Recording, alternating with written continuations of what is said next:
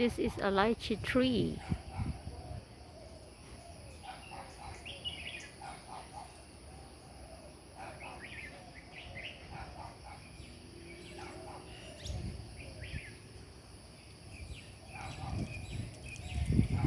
The soil new.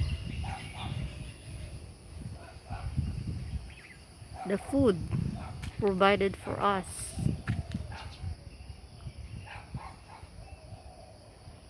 That's why if you see a particular fruit bearing in a particular month, it is telling us we have to eat it. Do not ignore edible food that the soil is producing. Eat them.